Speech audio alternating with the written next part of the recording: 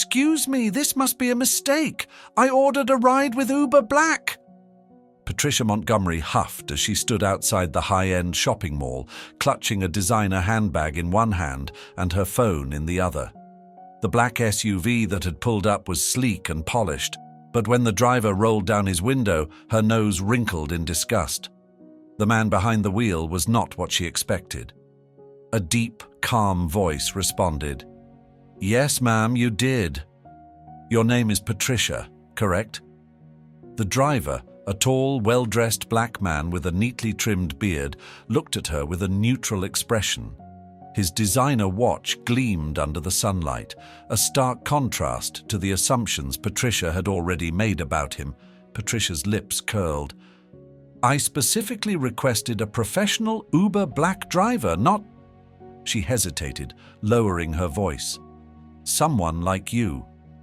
The air between them turned thick with tension. A few passers-by slowed their steps, sensing the uncomfortable exchange. The driver's jaw tightened, but his expression remained composed. "Ma'am, I assure you, I am more than qualified to drive you," he said, his voice measured. "If you'd like, you're welcome to cancel and order another ride." Patricia scoffed. "I shouldn't have to cancel because Uber messed up. They should know better than to send someone who doesn't fit the standard." Her words were laced with entitlement, and she didn't bother to hide her distaste. She crossed her arms, waiting for him to react, to argue back, to give her something she could complain about. Instead, the driver chuckled softly and glanced at his phone. "Well, your ride is prepaid, so whether you get in or not is up to you.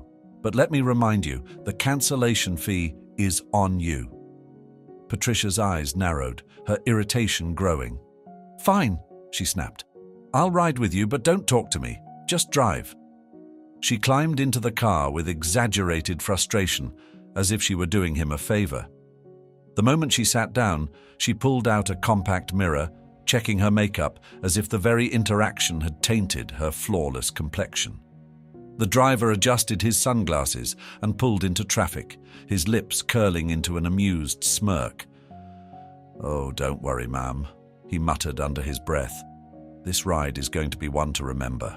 The car ride was silent except for the occasional honk of traffic and the soft hum of the SUV's engine. Patricia stared out the window, trying to ignore the presence of the man behind the wheel. Meanwhile, the driver maintained his steady composure, glancing occasionally at the rearview mirror with an unreadable expression. After several minutes, Patricia's phone buzzed. She pulled it out and gasped as she read a breaking news alert. Tech mogul and philanthropist Nathaniel Carter spotted in town. Billionaire keeps low profile amidst mysterious business trip. Her eyes widened. Nathaniel Carter? The name rang a bell, but she couldn't quite place it. Then, out of curiosity, she glanced at the driver, her heart skipping a beat.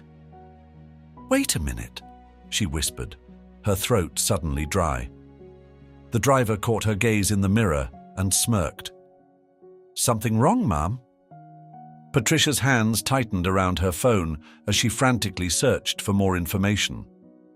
The article was filled with details about Nathaniel Carter, his rise in the tech world, his investments, his secretive nature. But what truly made her stomach drop was the photo attached to the article. It was him, the man behind the wheel, her Uber driver. Nathaniel Carter, billionaire CEO of Carter Innovations, was driving her car. She gulped, struggling to process what was happening. This has to be a mistake." Nathaniel let out a small chuckle, eyes focused on the road. "No mistake, ma'am. You did order an Uber Black, didn't you?" His tone was laced with amusement, but there was an unmistakable edge beneath it.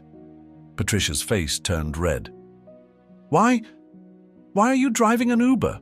Is this some kind of joke? Are you trying to humiliate me?" Her voice was shaky, a mix of confusion and panic. Nathaniel shrugged. "Let's just say I like to keep my ear to the ground, see how people really are when they think no one's watching." He tapped his fingers against the steering wheel. And today, I learned quite a bit.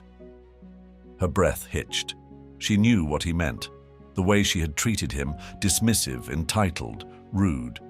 And now she was stuck in a car with a man who had the power to change her life with a single decision.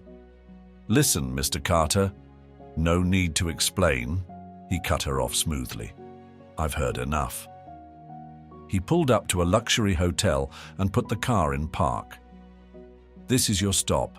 Have a nice day, Patricia." She hesitated, then grabbed her bag and hurried out, her face burning with humiliation. Nathaniel watched her go, shaking his head with a knowing smile. Some lessons were best learned the hard way. As he drove off, he couldn't help but think, this would make an interesting story to tell at his next board meeting.